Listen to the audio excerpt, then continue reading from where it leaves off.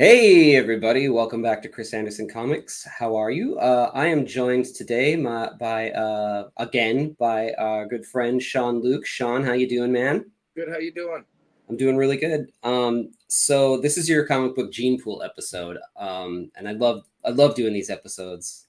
It tells people so much about cartoonists. And you picked for this episode Wildcats number 15, which is the first time Travis Sure. Charest, right? As my mom told me back in the day, she's like, I bet you it's Sure. It's French. Yeah, I'm like, okay. So I yeah, learned pretty quick that how to say it. good. Yeah, I was saying it. I was saying it wrong all the time as a kid. I was calling him Charest. Yeah, well, yeah, because I'd gone to my mom when I discovered him, and uh, I'm like, oh my god, mom, you got to check this out. And I'm like, it's this guy named Travis Charest, and she like kind of looks at the name, and she's like, are you sure it's not Sure? I'm like, maybe it's that. She's like, yeah, it's French. I'm like, okay. And then like she called it too because my mom's weird like this. She's like, he's probably Canadian. Well, that's funny. My mom's maiden name is LeMay, and it's definitely, I'm from Minnesota, so it's close enough to Canada, right? And definitely that side of the family came through Canada to get there from France. So yeah, she that's a good call on her part. This is a super interesting issue for a few reasons. Beside it being his first Wildcats one, which later he would go on to do more Wildcats, and that's really where people kind of he's sort of cemented in people's minds with these later issues of his from this. Yeah. This feels like sort of a transitional issue in his style to me, actually, because if you go back and you look at the stuff that he was doing on, like, was it Dark Star? I think it was. Yeah. That was the first time I ever saw him, and I got super excited when I saw his work because it was right around the time that people were like Jim Lee and like the Image founders. I think they were still at Marvel at the time when he started doing Dark Star. I can't be sure of that, but this was just this exciting time where all of these guys were popping up that sort of had like this similar thread that went through their styles, but all of them were like crazy bombastic, wild styles. And Travis Charest really stood out on his own. His eyes were just like a little too far apart from each other, but it added this weird, interesting like look to it. He did this thing with the like this dots down the nose that was interesting, and like I tripped out on that. And then as we went along, this issue does some sort of thing where he's going from that style to sort of blending it in with Jim Lee a lot. And then as it goes on from here, he's going to become the Travis Charest that we know, like, and just grow. From here he just grows and grows and grows into his own thing. Really, I'd almost say that this is the start of him really coming into his own. Because he was doing, and if I remember correctly, he even said himself that he started off just like right out the gate was trying to ape, Jim Lee style on it, and like during the Dark Star and stuff, because that slightly more Dark Star type of style that he was doing was in Wildcats prior to this, because there was a lot of issues that he was doing backups to, which I didn't know. Because like I stopped buying them shortly after, if not right after, the like 7th issue of Wildcats. Sure. Yeah. Just because price, and still being a kid, no job, Yeah. Like, but so I had no idea that he was doing backups, and then having seen some of the inked pages from the Wildcat special, which is over here, the Wildcat Special #1, where Scott Williams is inking him. So it like it really took off a lot of the harsh edges that he had at the time. Yeah. So I only saw this super slick Scott Williams inking over Travis, and I was just all on board from that. So then,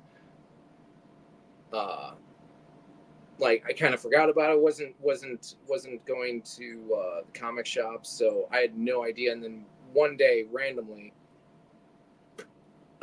at a grocery store, this was sitting on one of the shelves, and I'm like, and I saw it, and automatically, without even seeing his name at the bottom, I'm like, oh, that's the guy. That's got to be the guy. Oh my god, that's the guy. Yeah.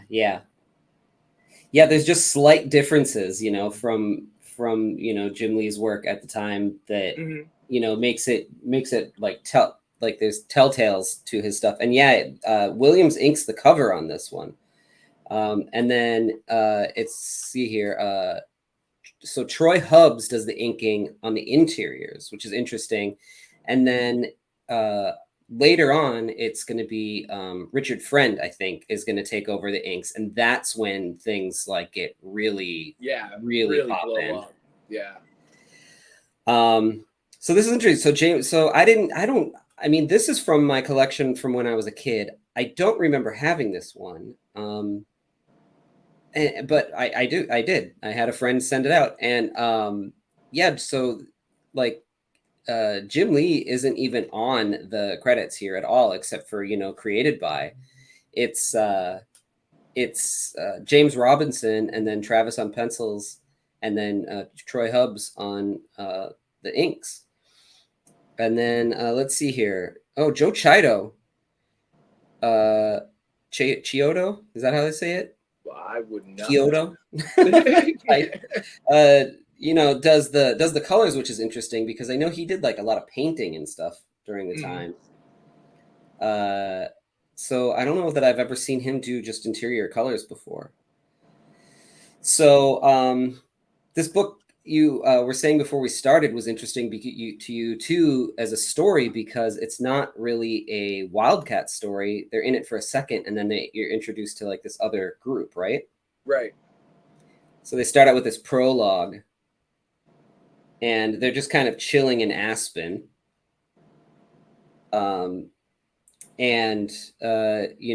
Empire sort of starts talking about how he isn't like they can all go and ski or do whatever they want because he's going to go and meet with all of these powerful businessmen about correcting some environmental policies that the evil Damonite Dan Quayle put into practice when he was impersonating him. Yeah, not the first shout out back to the initial 4 issues in this comic also. Yeah.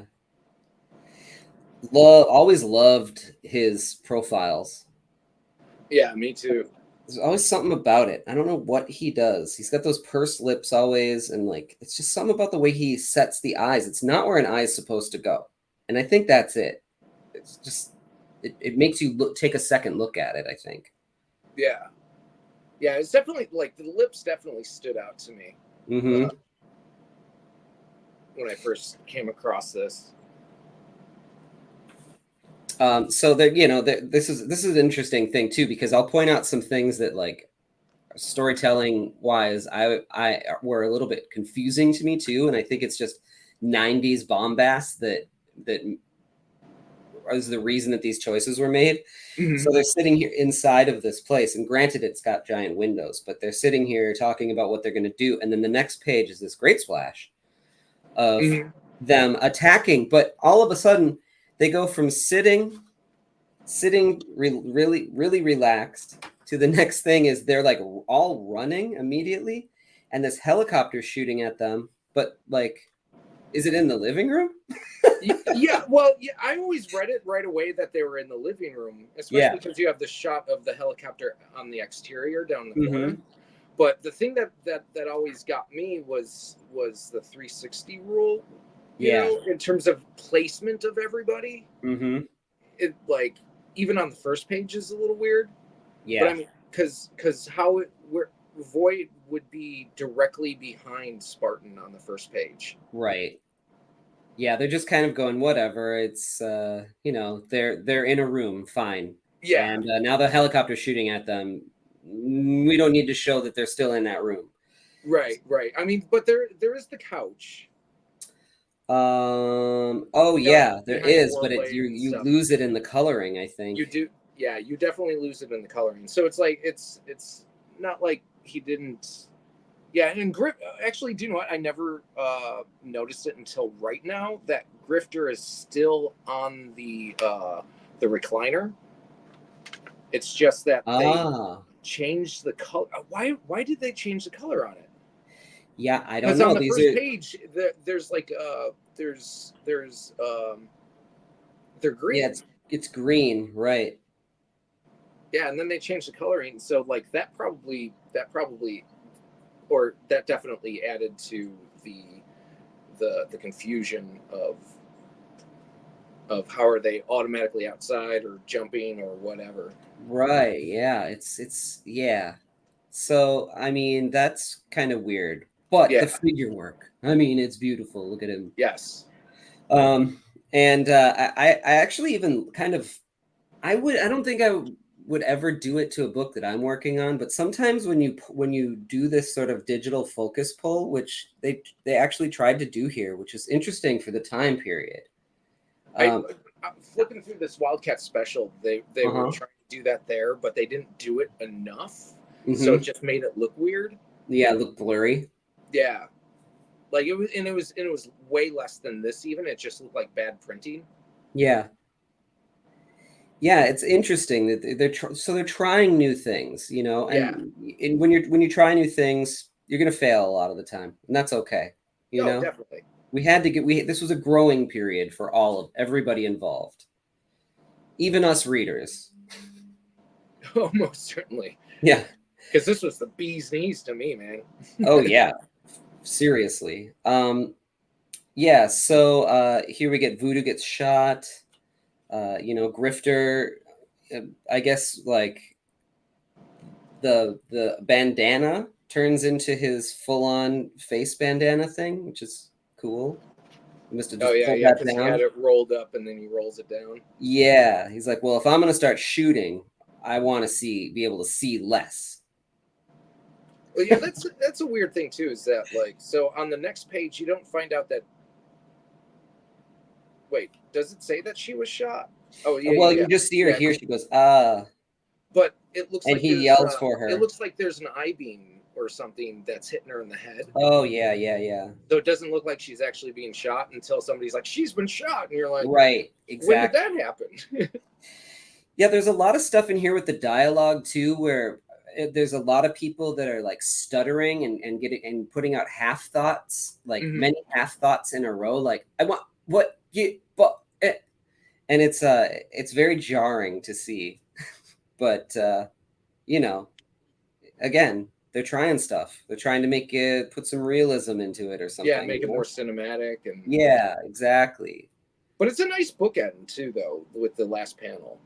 Yeah, like real nice bookend where we start off with a shot of the nice serene alpine here. Yep. Yeah, ski hut thing or whatever, and then it's all in flames at the end.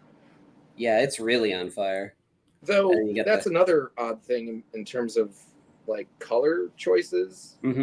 Because like it's like clearly, you know, golden hour or sunset in the first panel, but then you get to the end, there's still blue sky all of a sudden. Yeah, or if it's or this that's interesting. Huh. Or that's their interpretation of nighttime. Yeah. So so she's hurt, you know, and that's where they kind of leave it end prologue. And then we go into this array of panels, which these panels actually just chop up the next page. Right.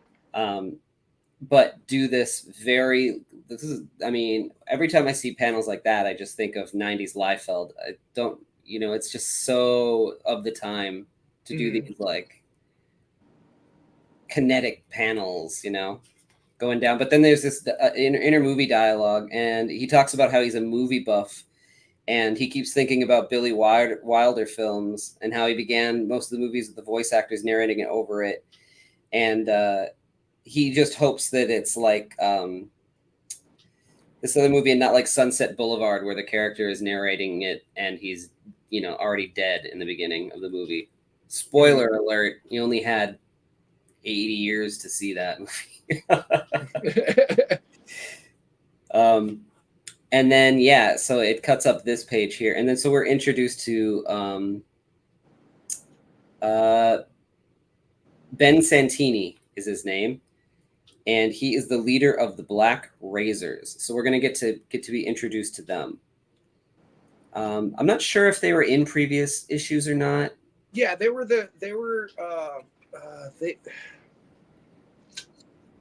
I was actually thinking of pulling out the first 4 issues of WildC.A.T.S just because it refers back to that so much.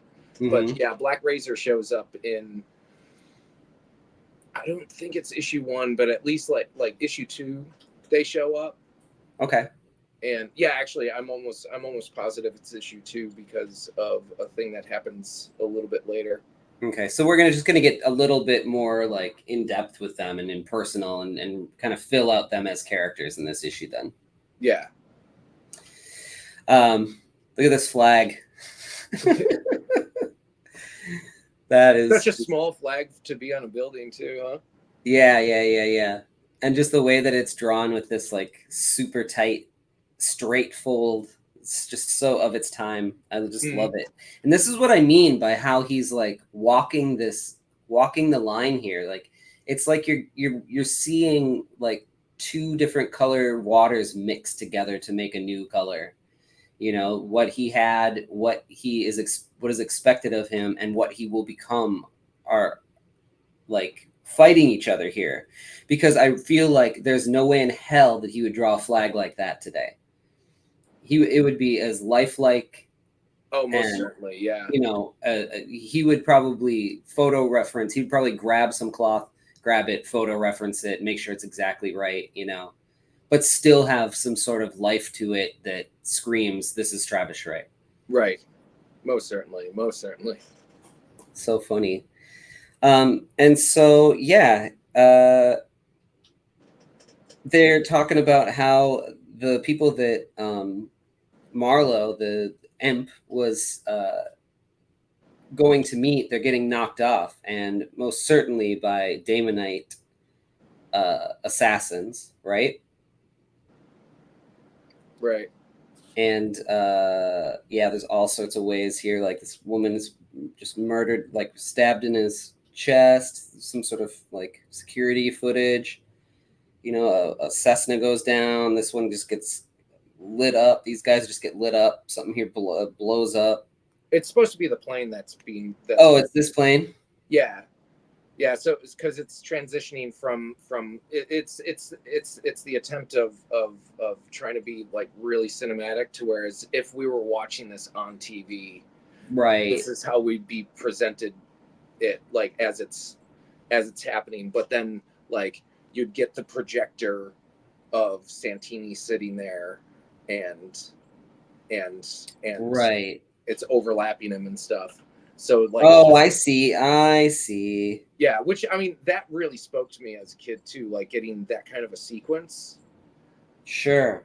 Where like we're getting the jet blowing up, but then when we're finally getting the reveal of Santini at the projector, the film reel is still going on. So you have just the trail of the smoke there from the plane going down and stuff. So it's like, that's really cool. Yeah, that is cool. He probably executed a lot better now. Yeah, for sure. I mean, I would have added, if it was me, I would have added like the nose of the plane or something, because here you got these single shots of the disasters happening, and then all of a sudden you go into two, and you don't have anything you don't have the mountains, you don't have anything to reference it necessarily. It could have just been like another explosion of some kind. Right. Yeah. I don't even know what all this dark bit is supposed to be underneath it. Yeah. Like maybe it's trees or something, but yeah, I don't know. Yeah, I think it's trees. But yeah, I mean, it's a choice. But yeah, like again, everybody's growing. I mean, I wonder how old he is at this point.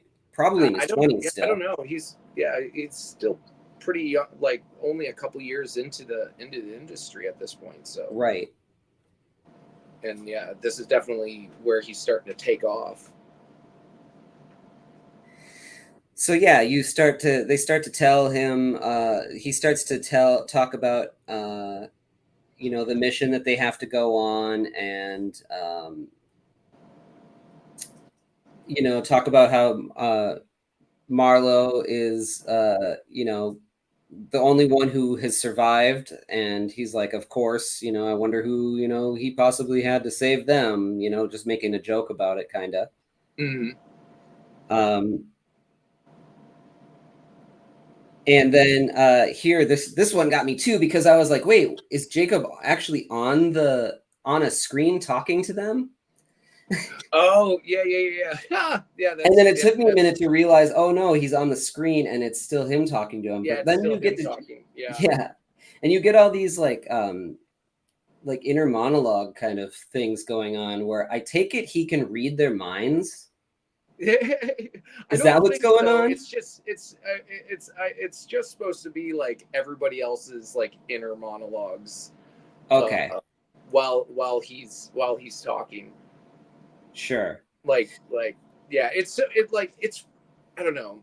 There's something about this that's like still cool, but like it is so campy. Yeah. Well, it was confusing to me. I couldn't tell if he could tell what they were thinking, or if, because he talks about how they didn't really give a shit, and like they're not, except because he's their new team leader at this point. Yeah. Something happened to his leg. I guess he had to have it rebuilt or something. And they're just all kind of like, yeah, whatever. Even though he was part of their team, I think there maybe is like resentment that he was picked to lead them or something. Yeah, because there's the one guy that's like, oh, it should have been me. Right. Like, oh, Yeah. You don't the other person. You don't deserve this. Yep. Like He'll get us this killed. Don't trust him. Back to your point on the way it's like lettered and written. Like having these cut off is really odd. Yeah. Like it should have, like, you don't deserve, like it should be like you don't deserve this. Yeah. Like why couldn't you just put, it's like they're not cutting each other off, right? Right. Yeah, exactly. We're just moving, like they're like, you get the gist, let's keep going. Yeah. And then we get to this page here where we find out that they've got like, they're trying to get as much information on this plot from the Damonites as possible. And they have all these people sort of planted all over in areas where they know that they're kind of congregating, right? Mm-hmm. He's doing some cool stuff here where I kind of like it sometimes when they draw the shadow hold here for the colorist to then go in and make darker. Mm-hmm. I don't think the colorist pushed it far enough, but he's trying out some other techniques that have been done not in the 90s very often, but this is something that you would have seen in like maybe like Creepy and Eerie and things like that, that sort of era. Yeah, that's a thing that I still use to this day. Mm-hmm. Mm-hmm. Yeah, and you see it a lot in manga and stuff too. Oh, most certainly, yeah. So he is definitely, he's a big Akira guy, oh yeah, for sure. And he's definitely like pulling out some things here that the other guys of his era did not. For example, I don't know who would have hid somebody in the shadows and covered most of their face like this out of any of those guys, except maybe Silvestri could have, been bold enough to do that. Yeah, and that's another amazing thing about Travis that really spoke to me is his use of silhouette.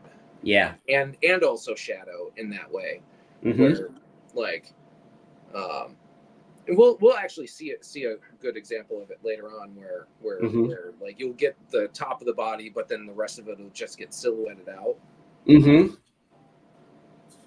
So here we're just sort of meeting like the rest of the team, and it's just giving like bits of their day, kind of. Yeah, it's really not. A little bit of their backstory, I guess, just to get you to care about these. I mean, kind of. Yeah, it's giving a little. There's a little bit of character development, and it goes on for pages. So it does. And yeah, it's interesting. It's interesting to watch him grow as a storyteller, because I think that most storytellers would be like, look, every head on these pages is the same size. Like, there's not even a single full image on this page. You know what I mean? And I wonder if he would have done it completely differently now, or if it would have been the same kind of thing. But I love the faces when he does this, and he does the like the more detail and the shadowing and spotting over on the one side, and then on the other side it's all almost completely open. I see like Larry Stroman in his stuff too, which is interesting. I wonder if he was a big Stroman guy. Yeah, maybe. But they were sort of, well, Stroman was a little bit before him coming up.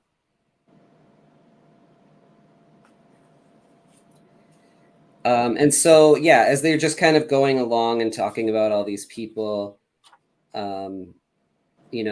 he's confessing, like you got he's Catholic and confessing everything to him and all that stuff. And then you get that trope, like everybody trying to like throw their own Frank Miller in there. Yeah, exactly. That's all you. It's you immediately think of Daredevil when you think of someone talking to a priest. It's wild. Another part of this and this long sequence of stuff though, like this was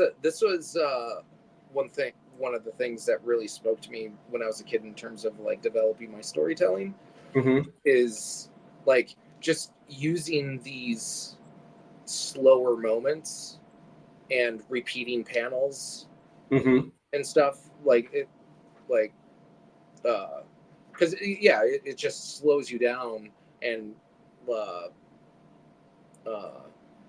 it can be a bit of a cop-out sometimes, but like as long as you can justify it. Yeah, if it works for the story and the narrative flow and it's organic as it's doing it, like because there's later work where he's kind of doing that and using composite, like doing a little bit of compositing on his stuff that really really spoke to me in terms of like, oh, we can maintain the same camera angle, so that way, to me at least, when the camera starts moving around and like action starts happening, it makes it have more impact. Yeah. Yep, exactly. Yeah, because you've slowed it down and now you can immediately get going with it. This is a pretty fascinating page too. So he does this open panel with this phone booth where he introduces the waiter had overheard some of the Damonites. Pike, I think, was the name of the character. Yeah, here. And he had overheard some stuff here. I always loved this character. Like it's just they took the Spider-Man costume and they just kept adding with stuff a lot on. more shoulder pads and pouches. Yeah, totally. And I think still, even at this time, it's like this kind of character, Deadpool included, is just like a mercenary character who's like, that's it. It's just a cool looking dude. Even then, Deadpool wasn't like what he is now. Right. So any one of these could have floated to the top. But people who always forget that about Deadpool is that when he came out, it was like, he's cool and all, but it's all about Cable. Mm-hmm. you know. So yeah, so he does this, and then you get this thing, and then you got this like very cinematic, like Yeah. wah, you know, as the assassins come to him, and he's like, "You got to get you like, I think I heard something. Here's the plan," and that's I got it all. So they as they pull out here, you're not hearing what he's saying. So this is very much like in time. Yeah. And he's like, "You got to get me out of here," you know.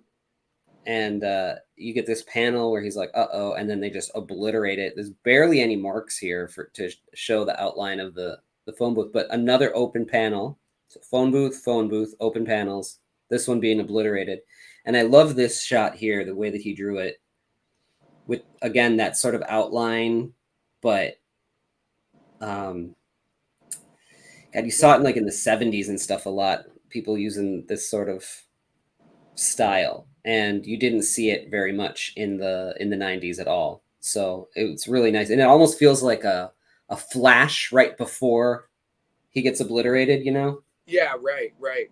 And that's why the line work is like that. Yeah. Because you just get this like harsh shadow, like Mm-hmm. real fine harsh shadow, like which I don't know. Like I imagine that the inks of this, like just the black and white, would have Mm-hmm. looked way cooler than the way it does colored. 100%.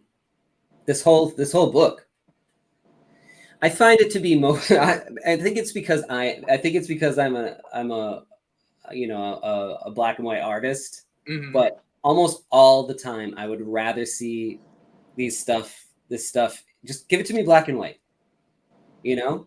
Like color can add to the story sometimes if a colorist is doing their job, but sometimes it just muddies stuff, and especially here where they were just, you know, computer coloring was just coming in. uh Paper stocks were changing, so they didn't really know what it was going to look like when it came out printed, you know, and Yeah. most of the time it came out bad. Yeah. I You mean, know, this it took isn't a long in time to terms of figure it like out. in terms of offenders. I don't think this is anywhere near the worst. Oh God, no. I was just looking at something that was just absolutely, oh, you know what? I just got the whole like original long shot series. Mm-hmm. And you know, obviously that was before, and it was on newsprint, and it was still the like you know, the blue line coloring on it, but man, does that destroy his artwork. It just floods it, and it's like I just want to see it in black and white. Got this pin up here in the middle, which is cool. Yeah, going back to my mom, like, because she'd always like look through all the comics I was getting, because she's one who really got me into art, and like she was reading Fantastic Four and stuff when she was a kid, and like so she wanted to see what like the X-Men were up to or whatever, you know. So then Yeah. like kind of going back to X or Wildcats #5, where it has this like gatefold like Mm-hmm. interiors, so like you get this 3 or 4 page splash of Zealot like kicking Mm-hmm. across the whole thing, and my mom's like, "Oh, look at those thunder thighs!" And Yeah. then she was flipping through this book when I got it, because we were on vacation when I had got this or whatever. She's like, "Oh, let me flip through that." I'm like, "All right, it's cool." And she's like, "Oh, more thunder thighs." Yeah. Yeah. Yeah. And like twice as long torso as anybody would ever have. Mm-hmm. But you know, I love the way that this line work flows, you know, across the arm, and the way that he made it contour around like the hip and stuff like this. Yeah. You know, that was kind of new. And then it's just crazy how every inker who takes him on either brings something out or obliterates something that's great about him. Mm-hmm. And I think that Friend is the guy to watch him, to have, you know, to guide the guy to ink him. Oh, completely agree. I think he nails everything. Oh, Wildstorm talent search. Should we enter? Yeah, let's do it. Let's see what happens. Okay, so let's see here. Right, so you got the team assembled. They're ready to go. They found out the stuff. They found out there's one guy that they're going to get. So they bust into his place just as the Daemonites are coming to take him out. And there you go. Boom, crash. So another one where you're not seeing any of the interiors or anything. You're just getting glass. But, like, again, you're just assuming that they're in a upper office, I guess. Right. Yeah, Right. it's not well established exactly what, because you get a sense that they're probably on the first floor. They went through a door. But they went through a door into a large office setting that I guess is upstairs. Mm-hmm. Like, what always cracked me up about this half splash or whatever across the top is what's his name? He this banker or whoever, like, Right. tycoon guy, looks like what's his name? Howard. I don't know. Howard Hughes? No, not Howard Hughes. Last name. Last name. I'm totally blanking on this shit. Happy Days. Oh, Ron Howard. Ron Howard's brother. Oh yeah, Cliff Howard. Clint He Howard. does look Clint like Howard. Cliff Howard. Yeah, it looks like Clint Howard. There we go. That was way too long. Yeah, he really does. That's really funny. Totally Clint Howard. Just oh my god. That's really funny. Yeah, he does a lot in that picture. Yeah, so they bust in. They're starting to fight these guys off. They're getting to him. He rushes in, grabs the guy, pushes him off the ledge of the building. Yeah, you're going to spend like a couple days on this like spread. You give yourself a break at the end, right? Mm-hmm. Do you know what the break was? What's that? Besides the break was the next page is where all of the shots were lifted for that previous page. Oh. So that was his break. Yeah. Was totally. Not having to do that earlier page. Yeah, exactly. So, the old I fell on a flagpole thing here. Yeah. I'm assuming that that original shot where he saw him at that's picking up here, right? It is, yeah, exactly. Okay. Yeah, because those shots are these panels just right, real far. And tilted too. Yeah. Yep. And so, yeah, like this jet is kind of trying to shoot him, and as it comes by, it catches the flag and like pulls him into this place. And so they're still protecting this guy here, and then you get this Darth Vader looking guy come in. He even calls him Vader, I think.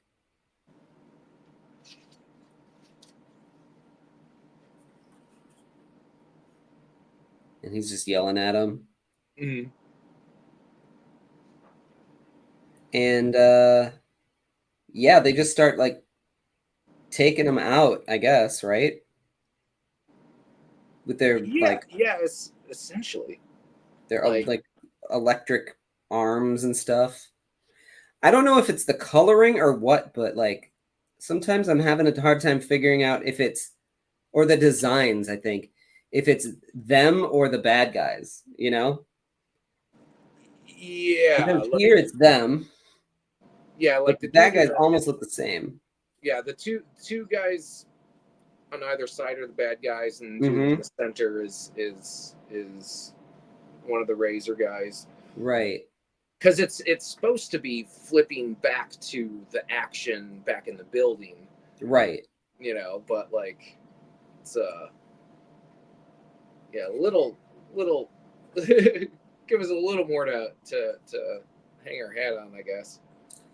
So this is confusing too. I thought that they crashed back into the building here, but no, they crashed in. He crashed into the ship. So this is the inside the jet, and this is inside the building. Yeah, because somehow he flipped up and like you see the shot of the canopy below him, Right. and then That's he the canopy. smashes through the canopy. Yeah. That looks like it's so high up that it looks like a skylight or something, not just like the canopy that's over them. That's what Yeah. got me. Yeah, and so he's fighting with them there, and then they go to crash, Yeah, and crashing down into the water. Oh, which is leading to that. Yeah, there we go. Yeah, that shot was like blew me away when I was a kid. this one here. Still blows me away. Yeah. Yeah, the big splash of how the bubbles were handled, everything. Yeah. And you can tell, I feel like he's pulling from like Akira or something with these bubbles. Yeah. So the fight's over now. He's talking about how he really hurt his leg even more now. But he can't show any weakness to them, and they've got a couple of these guys. They captured him and put him on these floating gurneys. Yeah, it was sci-fi stuff. Whatever. Oh yeah, like why how not? much power are you wasting that a regular gurney could have handled? Probably got free power, you know. Yeah. It's a secret government agency. They probably have free power. Yeah, and they got the guy who's also on a floating gurney.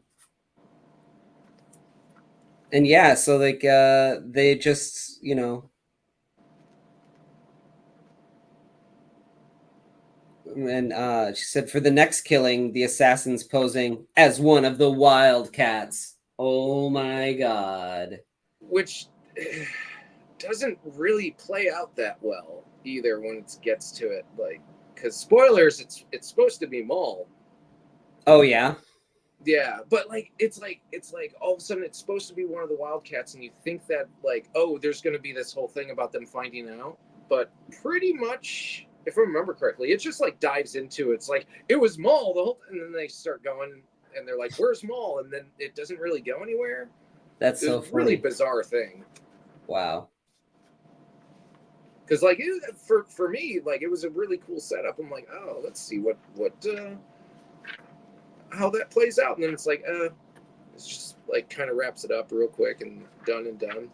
Man, I love going through these like fan art things that they put in the notes too, because sometimes you'll see somebody like that, you know, eventually is working today.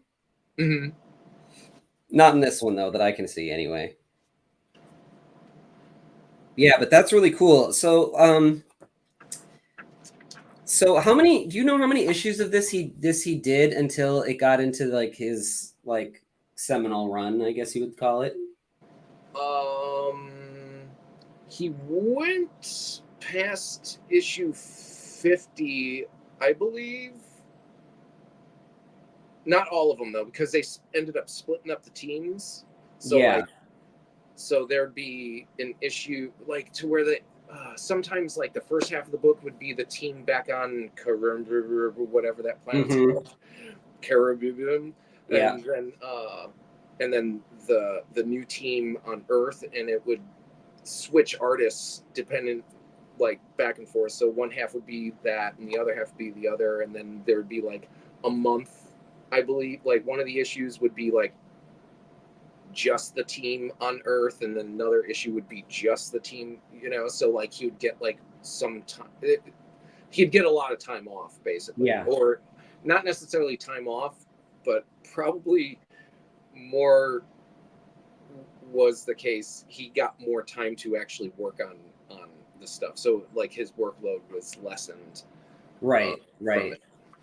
Yeah. Well, I'm sure as he was growing and getting better too, he was probably slowing down, and because you've got to make those choices, you have to think instead of just go. So Yeah, that probably added to it too. and as I understand it, he's one to like kind of really hate what he does. Hmm. sometimes, you know, to where he's like, oh no, this is crap. Just start over and just Like a Dave Stevens character, right? Yeah. yeah. I'm looking through this and I'm trying to find the shot. There's like, unless it's no, I'm pretty sure it's in this issue where there's a shot of like a flashback panel to issue 2 Hmm. I that don't recall. I don't recall a flashback panel that unless he would have it's redrawn. no that he did. I don't even think that he redrew it unless It's it's in just the Jim. issue after this where you find out that he's the dude that got that Marlowe shot in the like kneecapped him back in Oh, yeah, issue no, 2. I don't think it's this issue. Oh, it's got to be the next issue then. I could have swore it was in this one that you found out that it was. Nope, I don't think so, because this is where he's talking about everything, and I'm not seeing it. Yeah, Yeah, nope, nope, must be the next issue. yeah, it must be the next issue. I'm not That'd be picking a that up. trip. That's a trip. That'd be a trip to see the Jim Lee's work right next to his. Yeah, and it's like it's what they just like lifted the panel and then put that weird waxy quality over it to denote it being a flashback. Sure, sure. So like it doesn't really stand out that much as being different. Yeah. But yeah, you just see like Marlowe just Cap him. taking out like the type of thing to where like no knee brace like that is going to fix it. Like he explodes the guy's knee. Yeah.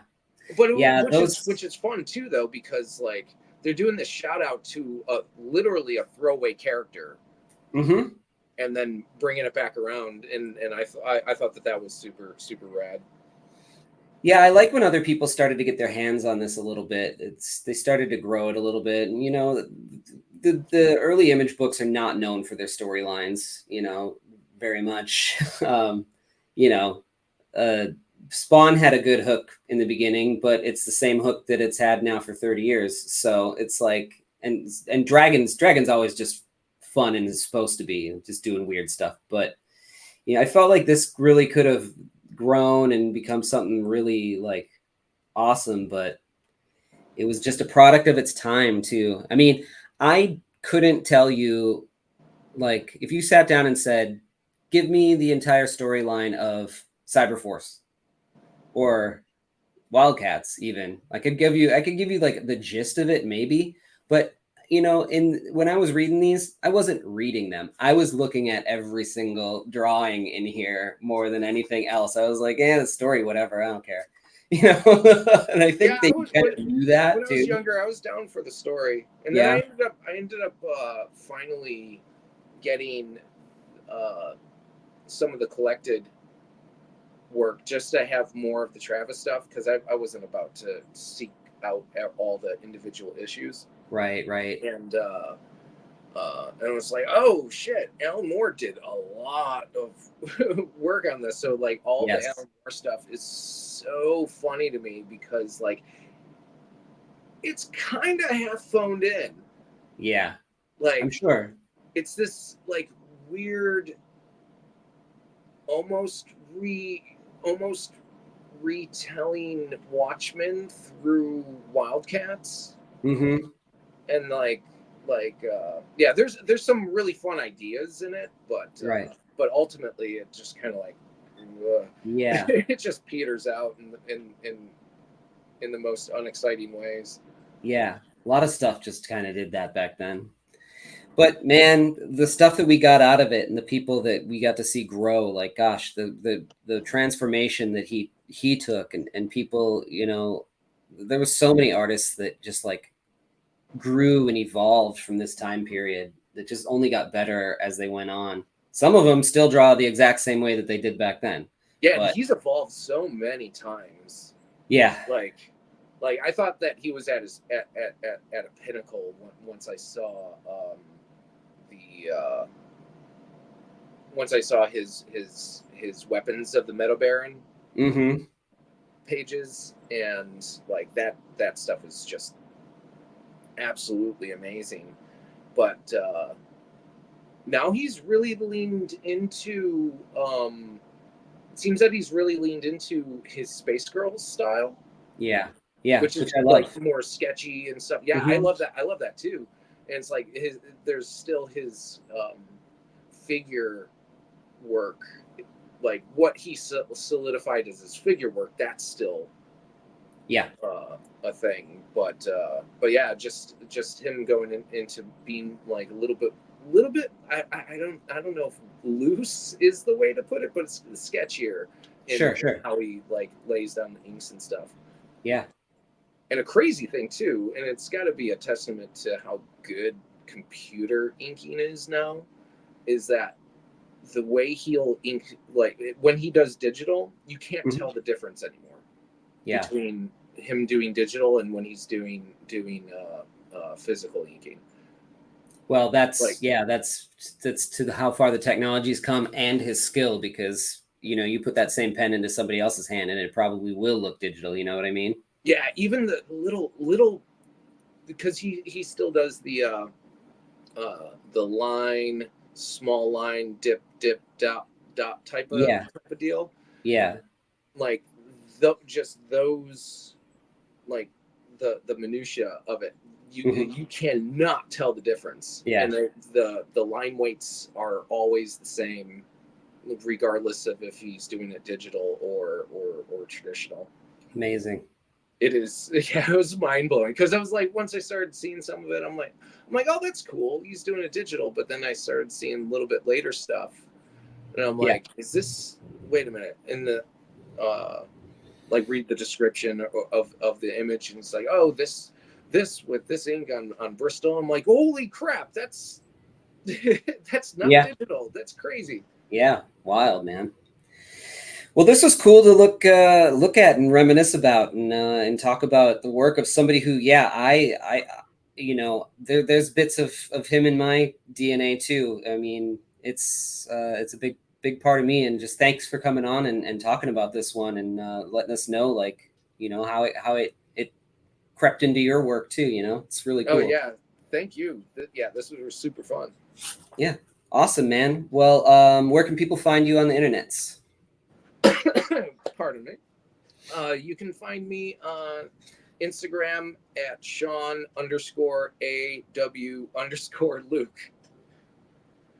Okay, cool. That's about, yeah. And you have a store too? I don't have a store. No. Oh, you don't have a store? No, I don't have a store, but soon you'll be able to find my latest book, Karate Ninja, on Cosmic Lion. Very cool. Awesome. Well, Sean Luke, thanks for coming on, man. I really appreciate it, and we'll talk to you again soon. Yeah, definitely. Thank you. All right. Bye. Join my Patreon to see my work before anyone else, plus score physical sketchbooks, mini comics, and commissions delivered right to your door, and reading my new books, Something Seems Off and Three-Headed Pigman, as they are made. Go to my website to order original art, commissions, and my books, Lost Angels, Spectral: A Showcase of Fear, Chaotic Neutral, and more. Gray Matter Drip, The Art of Chris Anderson, is available now from Cosmic Lion Productions. Here are the upcoming conventions I'll be at the time of this recording. And don't forget to like, follow, and subscribe. It helps spread the word. Thanks.